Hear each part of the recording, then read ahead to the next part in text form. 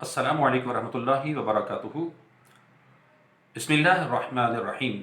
आप देख रहे हैं खलील मदनी यूट्यूब चैनल और हम आपको पेश कर रहे हैं तहारत कोर्स में मुख्तलिफ़ मसाइल और चीज़ें।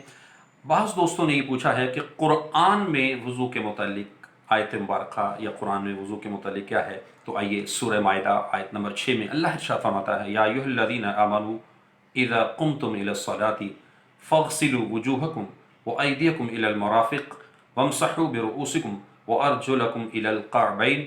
ए ईमान वालो, जब तुम नमाज की तरफ जाने का इरादा करो तो तुम अपने चेहरों को धो और अपने दोनों हाथ कूहनियों समेत धो लो और अपने सर का मसा करो और अपने दोनों पाँव टखनों समेत धो लो। 4 वज़ू के फ़राइज़ को कुरान ने बयान फरमाया और वज़ू का गोया कि ये एक जामे तरीका कुरान में बयान फरमा दिया गया। अब इसके बाद इसके मुस्तहब्बात और बहुत सारी चीज़ें अहादीस मुबारका से हमें मिलती हैं।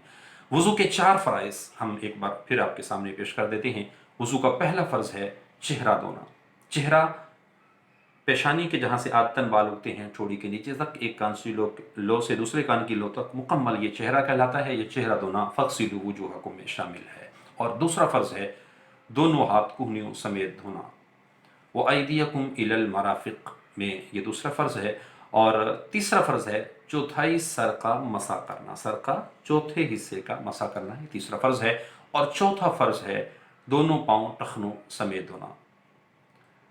वो अर्जुलकुम इलल कअबैन, इसमें ये शामिल है। अल्लाह हम सब का हामी नासिर हो। वीडियो अच्छी लगे शेयर कीजिएगा, हमारा यूट्यूब चैनल सब्सक्राइब भी कीजिएगा और बेल आइकॉन पर ज़रूर क्लिक कीजिएगा।